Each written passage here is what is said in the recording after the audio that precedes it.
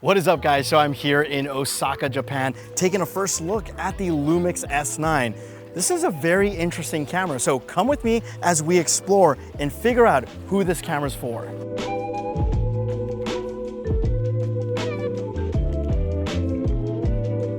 Now let's talk about first impressions when I first saw this camera. This thing is tiny. It has a full frame sensor and they couldn't have made it any smaller. Check this out. From top to bottom, that's literally the size of this camera. This little bracket here is just from SmallRig, so it does make it a little bit bigger.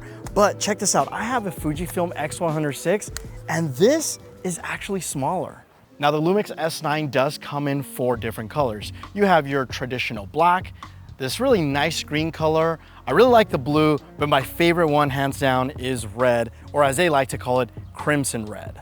Now the standout feature of this camera is the fact that it can record in open gate. Now, what does that mean? It means that you can utilize the whole entire sensor to capture your video. Now, for content creation, this is important because oftentimes people want things in 9:16. If you're gonna upload this to Instagram, or if you're uploading to YouTube, you need 16:9, or you might want a 1:1 delivery. The fact that this can record in open gate means that you can make that decision in post-production.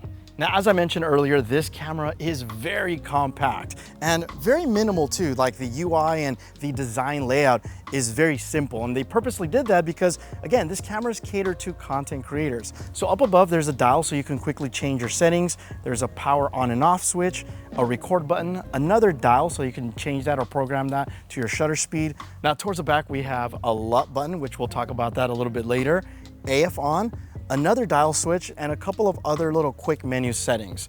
And of course, you get a flip out display, which is very nice. This does take SD card, and you have your battery slot. And then on the side port here, we have a micro HDMI and a USB-C port. What LUMIX has done is taken the internals of the S5 II and have crammed it into the smallest body possible to create this incredible powerhouse. But it does come at a cost. Now, LUMIX is really trying to cater this camera to content creators. And I know that's gonna sound very cliche because that's what every camera manufacturer is trying to do. But remember at the very beginning of the video, I talked about this dedicated LUT button. So I'm gonna take my filmmaker hat off because I feel like a lot of people buying this camera probably won't know what a LUT is. So consider a LUT like a preset or an Instagram filter. They have this application that you can download called LUMIX Lab. And in here, you're able to add more of these presets very easily too. I gotta commend them for this because the way they've implemented this is in a way where basically anybody can do this. You can share this with friends. In fact, Cam has created some presets that emulate film, and this is what makes this camera so fun to use. All right, so I think the LUT thing is really cool, but Cam has these incredible LUTs that he's made. So I want you to tell me how you feel, especially you're more of a photographer, about the whole LUT thing. I absolutely love it because obviously the Fujifilm film simulations are great, but LUTs, like we all have our own branding, our own identity and like the type of color that we like, and we can now bake that into our cameras. Like personally for me, the whole point of me shooting Fujifilm so I could just like export the JPEG straight to my phone and upload them. And then I usually still have to go and I have to open up one of my editing apps and still customize it. I haven't had to do that once on this. Like I'm able to just upload them straight up from there. There's internal film grain on it now, like just my own custom LUTs, and in the app I could tweak the LUTs like on the fly and then just like import them right back into the camera. Like this is crazy. Now you're doing, or you did a really cool doc with this camera. So if you guys are interested in taking a look at that, which he did, took it more on a professional, I guess, set, run and gun. Go watch his video. I'll leave a link down below. It'll be the first link in the description.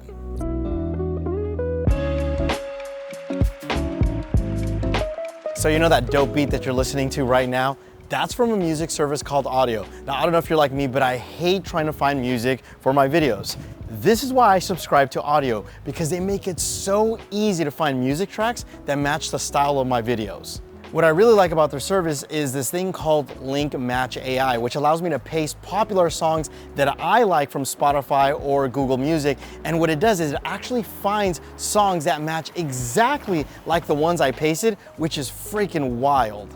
They also have this brand new feature called Elements, which allow you to download each individual stem of a song. Like for example, the vocals, the drums, the guitar. And the reason why this is amazing is because it allows me to remix a song and make it flow better for my video. Audio is really amazing, and they have some incredible tools that they want you guys to try out. So they're hooking up my audience by giving you guys 70% off your first annual subscription. All you gotta do is use my link down below in the description or code MondoBytes. Give them a try. I think you guys are gonna really like them.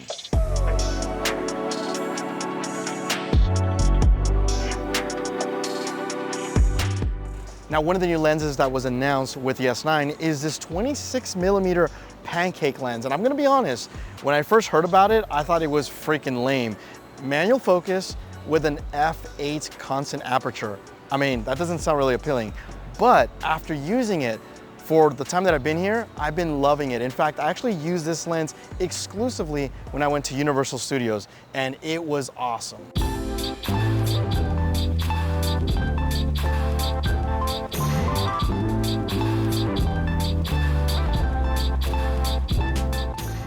Like I said, I really thought this lens was going to be lame, but I'm really digging this smaller form factor, and I hope that Lumix makes more of these pancake style lenses because they're just awesome to use. The fact that you have to use manual focus, I feel like it brings out that creativity. Again, you don't have to use this lens, and that's what makes this camera awesome, is the fact that you can utilize an autofocus lens. But this one here, I think is probably gonna be the one that's gonna stay in the camera for a while. So I know a lot of times when we come to these events, people think that we're getting paid or we're shills for these companies, and we can't really say anything negative about this camera because otherwise we'll never get invited. But I do want to talk about the negative things that I feel were amiss with the LUMIX S9. The first being that it has a record limit. I mean, this camera is targeted for content creators, and the record limit means that if anybody wants to use this for a YouTube camera and record longer than 10 minutes, it's gonna be a problem. Now, I will say that within our group, there was people that actually tested this out, actually recorded for over 60 minutes, meaning after the 10 minutes, they hit record again, and they did get a heat warning sign, but the camera technically did not overheat. So I'm wondering if maybe Lumix will come out with a firmware update to actually eliminate that. The second is that it doesn't have a headphone jack. Again, content creation, if you have a microphone, there's really no way to monitor audio. That is a problem. The third thing is that there's no EVF. Now, this camera has been incredible to take photos, and I've been really enjoying, again, especially with those Luts, it's just been awesome. Not having an EVF was kind of a miss, and I get it. They wanted to keep the form factor tiny, but an EVF would have been incredible, especially for photos. Now, there's also other things like this has a micro HDMI, electronic shutter, but I feel like the ones that I highlighted to me are a bigger deal because again, this is catered to content creators, so those things I feel were very important. So after using the LUMIX S9 now for a couple of days, I've been really enjoying using this camera. And it's those little things that irk me because it was almost perfect.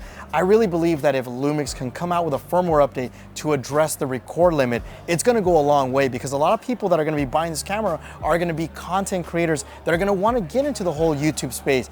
And that record limit, I feel, is a big deal.